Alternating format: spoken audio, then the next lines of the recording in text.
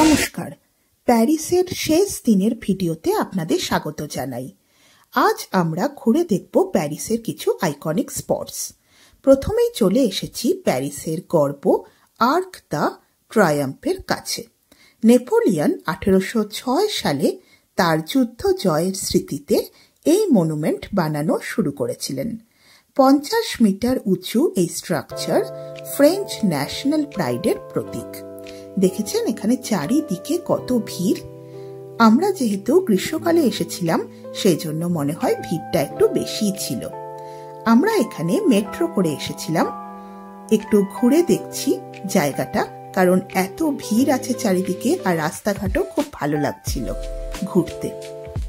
এখানে ঘুরে দেখছিলাম এখানের দোকানগুলো। এটা দেখুন একটা চশমার দোকান, কিন্তু এত বড় একটা দোকান মনে হচ্ছিল যেন ভিতরে ঢুকে দেখি, কিন্তু তার আর সময় নেই, কারণ এখন আমরা আবার মেট্রো ধরে চলে যাব প্যারিসের আরেকটি আইকনিক স্পটসের কাছে। আমরা যাচ্ছি সেই মেট্রো স্টেশনের দিকেই, আর যেতে যেতে আপনাদের দেখাচ্ছি চারপাশের ভিউটা কেমন আছে। চারিদিকে যতই যাচ্ছি ততই দেখতে পাচ্ছি লোকের ভিড়। এখন বিকেল 4:30 মতো বাজে। আজকের ওয়েদারটাও ছিল খুব সুন্দর, একদম সানি একটা ডে ছিল আজকে। আর এই এত ভিড়ের মধ্যে চলতে চলতে রাস্তার দুধারে দেখতে পাচ্ছিলাম অনেকগুলো ক্যাফে। এখন আমরা চলে এসেছি ম্যাগনেট নেব বলে। এখানে দেখছি যে 5 ইউরোতে 3টে ম্যাগনেট পাওয়া যাচ্ছে, তাই এখান থেকে ম্যাগনেট নিয়ে নিয়েছিলাম। নিয়ে আবার আমরা চলেছি সেই মেট্রো স্টেশনের দিকেই। সামনে দেখলাম এই একটা বিল্ডিং এ অনেক আলো জ্বলছে। গুবলু এদিকে তাকিয়েছিল, কারণ এক একটা সময় এক এক রঙের আলো দেখা যাচ্ছিল। প্রথমে তো মনে হয়েছিল এটা কি, কিন্তু পরে কাছে এসে বুঝলাম যে এটা একটা দোকান। যাই হোক, গুবলু বলল বলে একবার দোকানের ভিতরেও ঢুকে দেখলাম।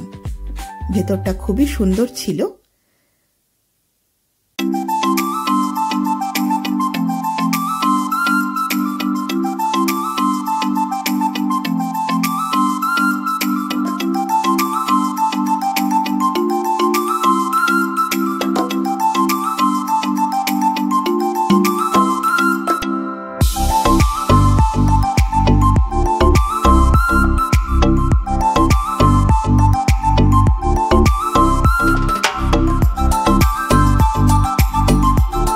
চারিদিকের ক্যাফেগুলোতে দেখেছেন কত ভিড়। এখন আমরা চলে এসেছি মেট্রো স্টেশনে, আর এখন যাচ্ছি লুভর মিউজিয়াম, যেটা বিশ্বের সবথেকে বড় আর্ট মিউজিয়াম। এই যে সেই মিউজিয়ামটা, দেখেছেন কতটা বড়। এখানে আছে প্রায় 35,000-এরও বেশি আর্টওয়ার্ক, আর আছে মোনালিসা, যেটা বিশ্বের সবথেকে বেশি দেখা পেন্টিং। কিন্তু আমরা এখন মিউজিয়ামের ভেতরটা ঘুরবো না। মিউজিয়ামের ভেতর দিয়ে আমরা চলে যাব এর বাইরের দিকটায়। লুভর মিউজিয়ামের কোর নেপোলিয়ন কোর্টইয়ার্ডের মাঝখানে দাঁড়িয়ে আছে এক অদ্ভুত সৌন্দর্যের প্রতীক, গ্লাস পিরামিড। সেটাই এখন দেখতে চলেছি আমরা বাইরে। দেখা যাক কেমন দেখতে। এই চলে এসেছি, আর ওই দূরে দেখা যাচ্ছে গ্লাস পিরামিডগুলো। 1989 সালে আর্কিটেক্ট I.M. পেই এটা তৈরি করেছিলেন। যখন তৈরি করেছিলেন তখন অনেক সমালোচনা হয়েছিল, কিন্তু আজকে এই পিরামিডই প্যারিসের মডার্ন আইডেন্টিটি হয়ে গেছে। চারিদিকটা দেখেছেন, মনে হচ্ছে যেন কোথায় চলে এসেছি। কত বড় একটা জায়গা। এই পিরামিডের হাইট প্রায় 21 মিটার, আর এর ভেতর দিয়ে লুভরে ঢোকা যায়। দিনের বেলায় এর একটা রূপ আমরা দেখতে পাচ্ছি। এখন সূর্যের আলোয় এটা ঝলমল করছে। এই পিরামিডের চারিদিকে আছে আরো 3টে গ্লাস পিরামিড। রাতের আলোয় এই জায়গাটা আরো সুন্দর দেখতে লাগে। রাতের আলোয় কেমন লাগে সেটা দেখার জন্যই আমরা কিছুটা সময় এখানে ওয়েট করব। এর চারিদিকটাও একবার ঘুরে দেখব। এই বিল্ডিং এর বাইরে আছে অসংখ্য স্ট্যাচু, প্রায় 860টারও বেশি ফিগার স্কাল্পচার করা হয়েছে এখানে, যেগুলো ফরাসি ইতিহাস, সাহিত্য আর দর্শনকে রিপ্রেজেন্ট করে। এই বিল্ডিং এর ডিজাইনটা কি সুন্দর না? যত দেখছি ততই মুগ্ধ হয়ে যাচ্ছি।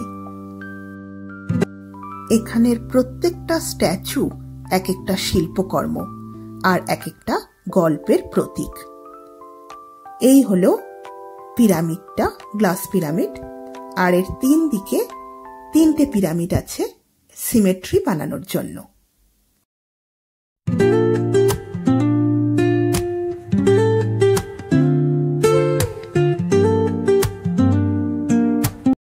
চারিদিকে বহু মানুষ এখানে বসে আছেন। ঘন্টার পর ঘন্টা এখানে বসে থাকলেও বোঝা যাবে না যে সময়টা কোথায় চলে যাচ্ছে।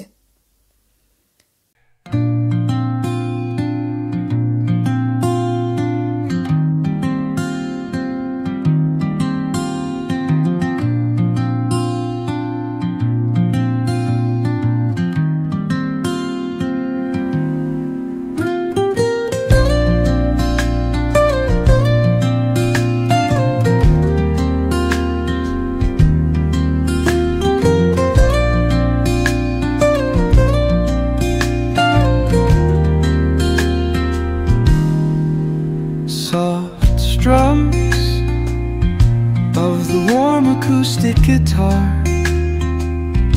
blend with the gentle sound of the waves crashing against the shore.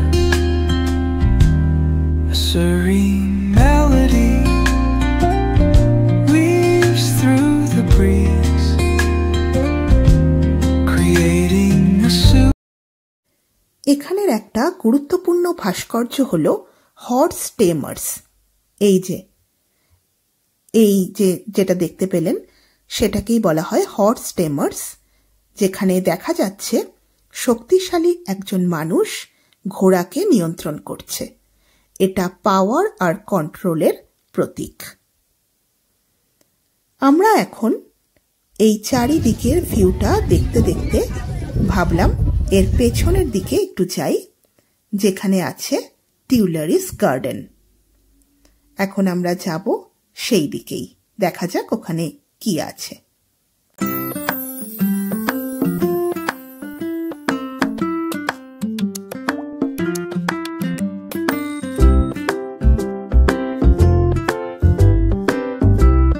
প্রত্যেকটা ডিজাইন দেখেছেন কি সুন্দর না? সব কিছুই মনে হচ্ছে নিখুঁতভাবে তৈরি করা। এখন আমরা চলে এসেছি সেই গার্ডেনের কাছাকাছি। দেখা যাক এখানে কি আছে। এখানেও অনেকগুলো স্কাল্পচার দেখতে পাচ্ছি।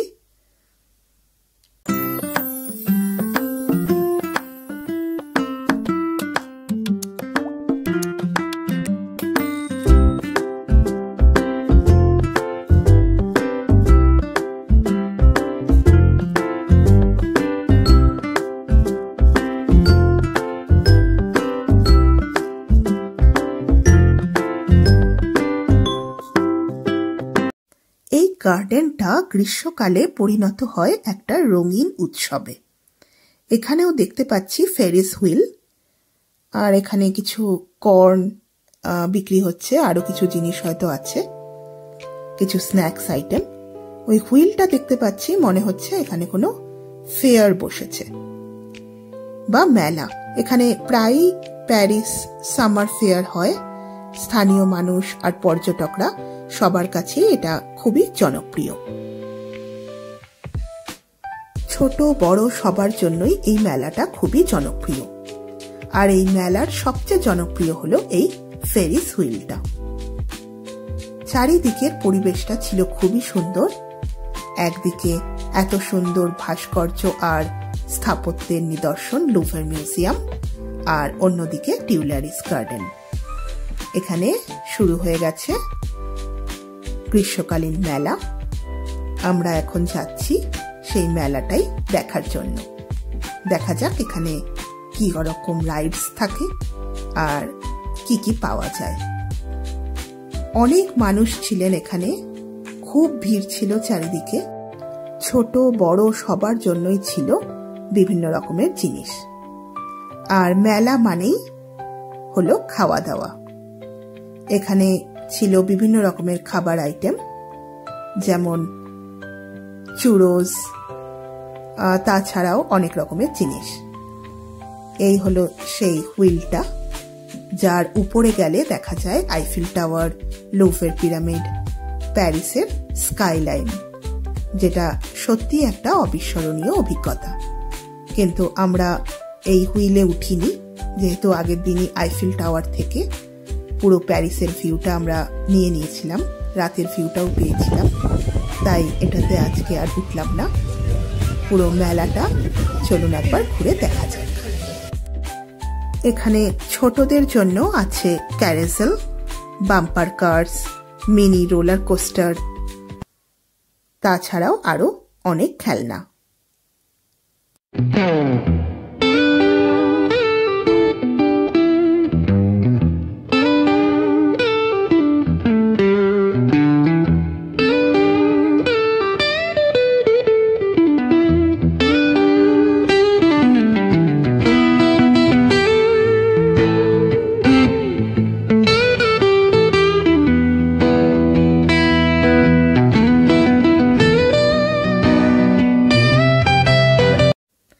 এখান থেকে আমরা নিয়ে নেব চুরোস, কেননা চুরোস খেতে আমাদের বেশ ভালোই লাগে, তাই যেখানেই দেখি সেখান থেকেই নিয়ে নিই।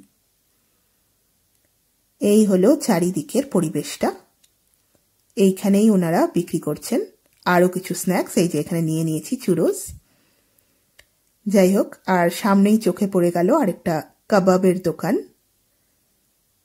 তাই সেখান থেকেও একটা কাবাব রোল নিয়ে নেব। মেলায় আসলে শুধু রাইডস নয়, বরং খাওয়া দাওয়া, এক্সাইটমেন্ট, সেটাই সব থেকে বড় অ্যাট্রাকশন।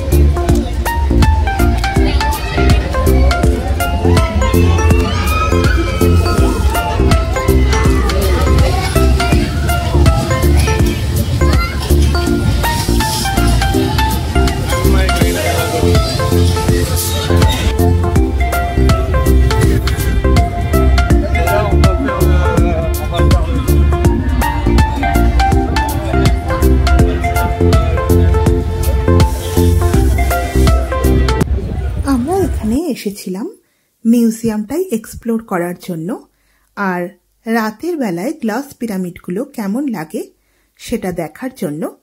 কিন্তু এখানে এসে যে এরকম একটা মেলা দেখতে পাবো সেটা ভাবিনি। প্যারিসেও মেলা দেখার সৌভাগ্য আমাদের হয়ে গেল হঠাৎ করেই।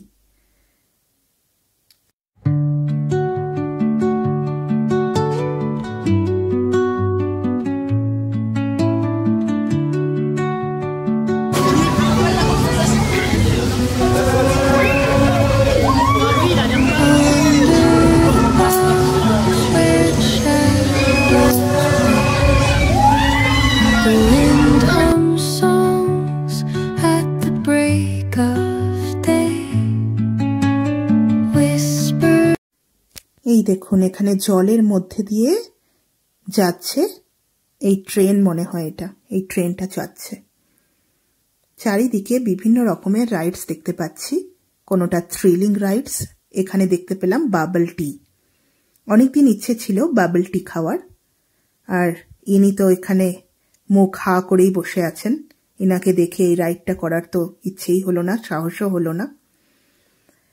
যাই হোক, এখন নিয়ে নেব এখান থেকে বাবল টি। এই যে বাবল টি, এখানে দেখুন অনেক রকম বাবলস আছে আর অনেক রকমের ফ্রুটস আছে। যদিও এটা টি, কিন্তু এখানে আইস দেওয়া আছে, কোল্ড টি বলা যেতে পারে, কিন্তু অনেক ফ্রুটসও ছিল ওখানে। আর এটা দেখুন আরেকটা ধরনের রাইড, যেখানে বেলুনের মধ্যে জলের মধ্যে ভাসা যায়।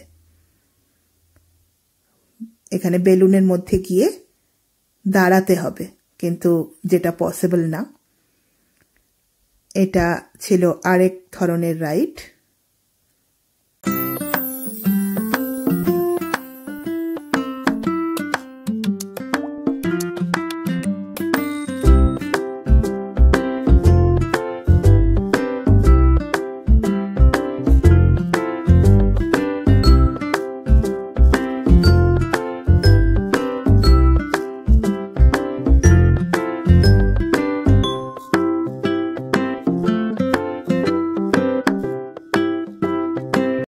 এখন আমরা চলে এসেছি গার্ডেনের একদম শেষ প্রান্তে।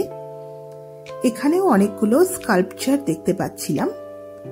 এই যে স্কাল্পচারগুলো, ভেবেছিলাম যে এইখান থেকেই আমরা চলে যাব আবার মিউজিয়ামের দিকে। এই দূর থেকে ভিউটা দেখেছেন কি সুন্দর লাগছে না? চারদিকটা, আকাশটা আর জায়গাটা সব যেন এক মিলেমিশে একাকার হয়ে গেছে। চারিদিকে সবুজ গাছ, আর এই যে দূরে দেখা যাচ্ছে বেলুনটা। প্রথমে তো বুঝতেই পারছিলাম না যে এটা কি আসলে, নিচে আগুন কেন জ্বলছে, পরে সেটা বুঝতে পেরেছিলাম। যাই হোক, গার্ডেনের শেষ থেকে মানে শেষ প্রান্তে যেখানে গেছিলাম সেখান থেকে মিউজিয়ামে যাওয়ার কোনো রাস্তা ছিল না, তাই আমাদের অগত্যা আবার মেলাটা অতিক্রম করেই যেতে হচ্ছিল সেই মিউজিয়ামের দিকে। কারণ এখন অলরেডি রাত হয়ে গেছে, তাই ভাবলাম রাতের আলোয় মিউজিয়ামটা কেমন লাগে সেটা একবার দেখব। কিন্তু যেহেতু মেলার ভেতর দিয়েই যাচ্ছি, সেই জন্য রাতের আলোয় মেলাটা কেমন হয় সেটাও দেখে নেব। দেখেছেন ফেরিস হুইলটা কি সুন্দর লাগছে না আলো জ্বলার পর? একটা অন্য রকমের ভিউ পাওয়া যাচ্ছে এখানে। দিনের আলোয় মেলাটা ছিল একরকম, আর রাতের আলোয় এর ভিউটাই হয়ে গেছে অন্যরকম। এখন আমরা চলে এসেছি মিউজিয়ামের কাছে, আর দেখুন চারিদিকে আলো জ্বলে উঠেছে। আলো জ্বলার পর ভিউটা যেন চেনাই যাচ্ছিল না, মনেই হচ্ছিল না যে একটু আগেই এখান দিয়ে হেঁটে গেলাম সেই মেলার কাছে। ওই যে দূরে ফেরিস হুইলটা দেখা যাচ্ছে, চারিদিকটা আলোয় ঝলমল করছে। আর এই হলো সেই বেলুনটা। প্রথমে ভাবলাম এই বেলুনের কাছে এত লোক কেন, দেখলাম অনেক লোক দাঁড়িয়ে আছেন এখানে। পরে বুঝলাম রাত 10টার সময় এই বেলুনটা আস্তে আস্তে উড়বে। এখন দেখুন মাটি থেকে অনেকটা উপরে উঠে গেছে বেলুনটা, এটা আস্তে আস্তে উপরে উঠে ভাসতে থাকবে। এটা গরমকালে প্রায়ই এখানে হয়ে থাকে। এটা একটা ফেস্টিভ্যাল মতো, যেটা রাত 10টা থেকে 1টা পর্যন্ত একটা নির্দিষ্ট দূরত্বে গিয়ে আকাশে ভাসতে থাকবে।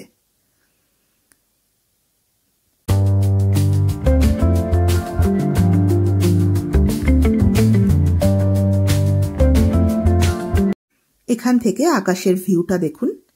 এই বেলুনটা ওড়ার পর চারিদিকটা কি সুন্দর লাগছে না? আর এই হলো রাত্রেবেলার ভিউটা। পিরামিডগুলোর উপরে আলোটা রিফ্লেক্ট হয়ে চারিদিকটা আলোয় ঝলমল করছে। এখানে দেখেছেন কি সুন্দর লাগছে? যাচ্ছি এখন সেই পিরামিডগুলোর দিকেই। এই যে দূরে দেখা যাচ্ছে পিরামিডগুলো।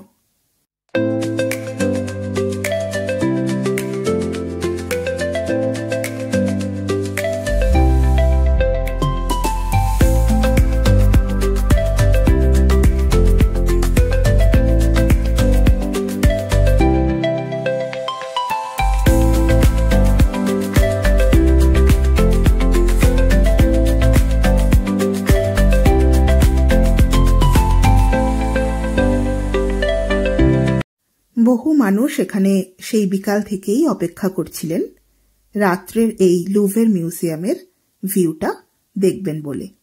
অনেক মানুষ এদিক ওদিক দাঁড়িয়ে ফটো তুলছিলেন।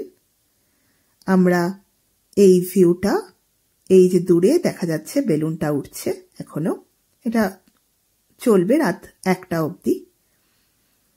আর এই পিরামিডের আলোগুলোকে দেখতে দেখতে আমরা বেরিয়ে যাব এখন এই মিউজিয়াম থেকে। এখন আমরা আবার ধরে নেব মেট্রো, আর মেট্রো ধরে আমরা আবার চলে যাব আমাদের বাড়ির দিকে। এখানে আমরা উঠে পড়েছি মেট্রোতে, যেহেতু এখন রাত 11:15 বেজে গেছে। আমরা নেমে গেছি আমরা যেখানে থাকি, আইফেল টাওয়ারের কাছে। শেষবারের মতন এই আলোক সজ্জিত আইফেল টাওয়ারকে টাটা বাই বলে ভিডিওটা এখানেই শেষ করলাম। দেখা হবে পরের একটা ভিডিওতে।